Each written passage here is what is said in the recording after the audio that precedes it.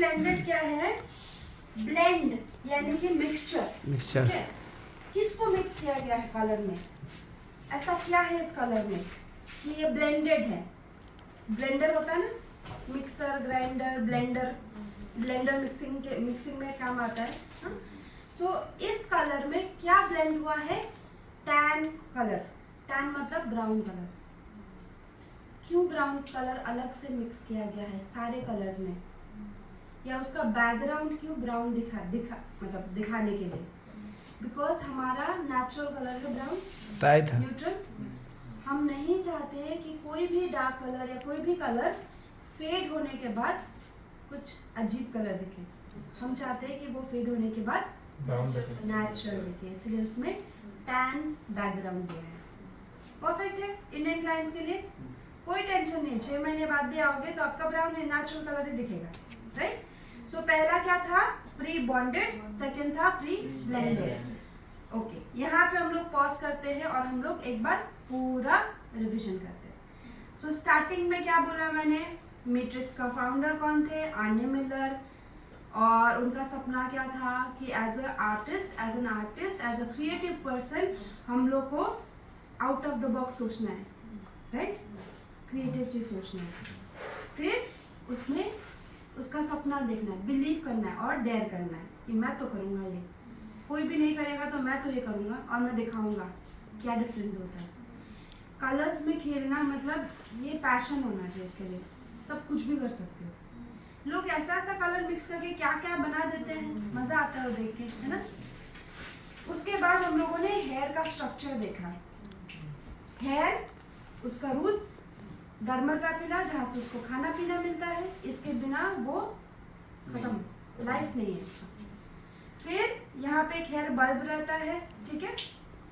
ये सेल्स है जिसमें न्यूक्लियस है, उसमें हार्ट है, अभी भी जिंदा है। ये ग्रो होता है, फिर यहाँ जाके एक पर्टिकुलर लाइन में, इनविजिबल लाइन में उसका हार्ट निकल जाता है, फिर वो डेड हो जाता है। अब ये डेड केराटिनाइज सेल्स है, प्रोटीन का सेल्स है लेकिन फ्लैट हो जाता है क्योंकि हेयर भी थोड़ा चपटा हो जाता है ऊपर, ठीक है? और ये स्किन के बाहर निकल जाता है। इसका साइकिल है 3 और चौथा ये। सो इसका नाम है एक्ट। ए मतलब एनर्जन, सी मतलब कैटेजन, टी मतलब टेलोजन। और एक नया फेज है जो लाइफलेस और लाइफ नया स्टार्ट करने के बीच में होता है, वो है नियोजन। एनर्जन ग्रोथ फेज है, ग्रो करता है कितना साल? 3 से 4 साल।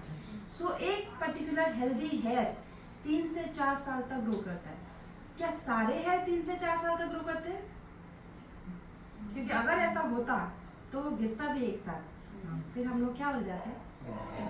गंजा हो जाते एक पर्टिकुलर टाइम में। एक ऐसा महीना आया जब हम सब गंजे हो गए, है ना? ऐसा तो थैंक गॉड नहीं होता है और होना भी नहीं चाहिए।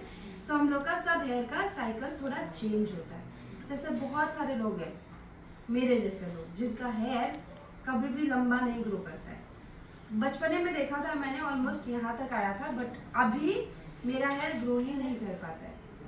शायद न्यूट्रिशन उतना नहीं मिलता है। अगेन मैंने बोला ना, जीन्स, फैमिली का, और प्लस फ्रिक्वेंट पानी चेंज भी होता है। तो पानी change, season change, dietary change, बहुत सारे से चीज़ें होती है। फूड हैबिट, वही डाइट का बाद, खाने का बाद, उससे हमारे हेयर को नुकसान पहुंच सकता है। उसके बाद हम लोगों ने देखा कि हेयर को कौन कौन सपोर्ट करता है। खाना पीना, सेबेशियस ग्लैंड जो सीबम यानी कि ऑयल बनाता है, स्वेट ग्लैंड पसीना बनाता है, फिर वहाँ पे एक इरेक्टर पिली मसल है जिसकी वजह से हमारा गुजबम्स आता है। क्या बोलते हैं उसको हिंदी में? रोंगटे, हाँ, रोंगटे खड़े होते हैं। फिर क्यूटिकल, हेयर का दरवाजा, बाहर का लेयर जिसमें प्याज की तरह 3 छिलके हैं, 3 लेयर है। उसके बाद अंदर प्याज जो मेन पार्ट है वो है कॉर्टेक्स। कॉर्टेक्स हमारा सबसे इम्पॉर्टेंट पार्ट है। 70% थिकनेस कॉर्टेक्स का होता है और उसमें लेयर बाय लेयर, परत बाय परत, अंदर अंदर अंदर लेयर्स है। फर्स्ट लेयर में है मेलानोसाइट जो कि एक सेल है और वो प्रोड्यूस करता है कलर। और सबसे अंदर हमारा बोन, हड्डियां होती है जिसको हम लोग बोलते हैं बॉन्ड्स। बॉन्ड्स 3 टाइप के होते हैं, सलाइन, हाइड्रोजन टेम्पररी बॉन्ड्स, और डाइसल्फाइड बॉन्ड परमानेंट बॉन्ड, जो हम लोग केमिकल सर्विस के टाइम पे उसका काम आता है। ठीक है, आप कलर के साथ और एक चीज बोल दूं कि कलर तो ऑब्वियसली उसमें प्री बॉन्डेड है ही। हमारा जो प्री लाइटनर है ना, जो ब्लीच आप लोग जो ब्लोंडर है ना, तो जब हम लोग प्री लाइटनिंग करते हैं तो हमारा जो प्रोडक्ट है जिसका नाम है लाइट मास्टर। अगर आप लॉरियल देखोगे उसमें 2 है, राइट?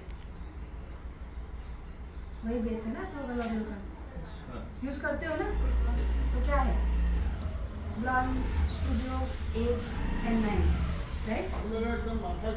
डिफरेंस क्या है? हमारा प्री लाइटनर तो आप लोग यूज नहीं करते है ना? नहीं करता है लोग, करते हो? लाइट मास्टर, वो भी ब्लॉन्ड स्टूडियो 8, 9 सब। क्यों 8 यूज करते हो, क्यों 9 यूज करते हो? ये लोग अभी नहीं किया होगा शायद। अच्छा नहीं किया, ठीक है, नहीं मुझे लगा उसको पता है इसलिए कोई पूछ रहे। नहीं किया, सो प्री लाइटनर अभी तक यूज नहीं किया है, लेकिन वही लाइट मास्टर तो किया है। लाइट मास्टर किया है ना, very good. So light master हमारा एक ही है, जैसे लॉरियल में 2 है, हमारे पास एक ही है। 8 लेवल 9 लेवल तक वो चला जाता है, ठीक है। अब प्री लाइटनर में मैं सिर्फ इतना ही फोकस करूंगी कि प्री लाइटनर में भी प्री बॉन्डेड है। इसका मतलब जब हम लोग प्री लाइटनिंग करते हैं पिगमेंट्स को रिमूव करने के लिए, तो भी डैमेज नहीं होगा, और इसमें ज़रूरी भी था, इसमें बहुत ज़रूरी है। और मैंने एक क्लाइंट को, 1-2 क्लाइंट्स जो मेरा लास्ट क्लास करने आए थे, तो उन लोगों ने बोला कि मैम जो भी प्री लाइटनर लगाते हैं बहुत ड्राई हो जाता है, हाँ। डैमेज हो जाता है। मैंने बोला आज मैं आपको आपके सामने एक क्लाइंट का वर्जिन हेयर का प्री लाइटनर करके आपको दिखाऊंगी विदाउट एनी प्रोडक्ट। मैं आपको टेक्सचर फील कराऊंगी लास्ट में, और जब छुआ ना, पहले जितना सॉफ्ट था उससे ज़्यादा सॉफ्ट हो गया है, क्योंकि वो इतना ही अच्छा है। अब प्री लाइटनर में प्री बॉन्डेड है, सेफ है, पर इसका मतलब ये नहीं कि हम लोग आँख बंद करके 2 घंटा छोड़ देंगे, है ना।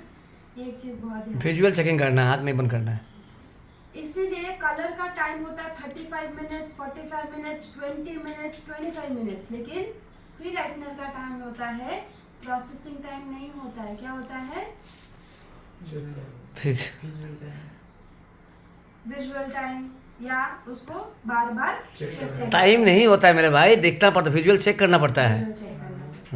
प्रोसेसिंग टाइम नहीं होता है, कुछ ऐसा टाइम नहीं है। Never know process का किसी का 2 मिनट 5 मिनट में हो जाएगा, किसी का 10 मिनट में हो जाएगा, किसी का 15 मिनट में हो जाएगा, depend on hair texture, hair तो टाइप। हम लोग पीछे वहाँ पे भी अगेन एक प्रैक्टिकल नॉलेज आ जाता है कि हम पीछे से ही क्यों स्टार्ट करते हैं, आगे से भी तो कर सकते हैं। दिखता तो आगे का ही ज़्यादा है, तो हम लोग क्यों नहीं आगे का करते? बिकॉज करते करते जब पीछे चले जाएंगे तो वो ज़्यादा लाइट हो जाएगा। पीछे का ही नहीं, पीछे हम लोग का एटलीस्ट ये ऊपर का हेयर है जिससे कवर हो जाएगा, बट सामने अगर कुछ गलती हो तो कवर नहीं हो पाएगा। एंड ऑल्सो बिकॉज हमारा एक क्वेश्चन है, हम लोग का मैक्सिमम लोग का hair thinning, hair fall, baldness सिर्फ टॉप में क्यों होता है? लड़का लोग ये एरिया में क्यों होता है? जो मेल पैटर्न जो है, फीमेल का भी थिनिंग बोल लो, फीमेल का फिर भी ओवरऑल होता है, पर मेल का स्पेशली ऊपर क्यों होता है? हिप पैड, और क्यों लगता है इसे? कभी क्वेश्चन किया खुद को? क्योंकि मेरा ये पहला क्वेश्चन है, वाई? एक तो जेनेटिक होता है कि मम्मी बोले पापा का अगर नहीं था हेयर तो इवेंचुअली बेटे का भी हेयर गिरेगा, बट वही पर्टिकुलर एरिया क्यों टॉप में? पहले होगा फ्रंट पार्ट, ये दोनों, फिर होगा टॉप, क्यों? ये पीछे का हेयर क्यों नहीं गिरता किसी का? पीछे और साइड का।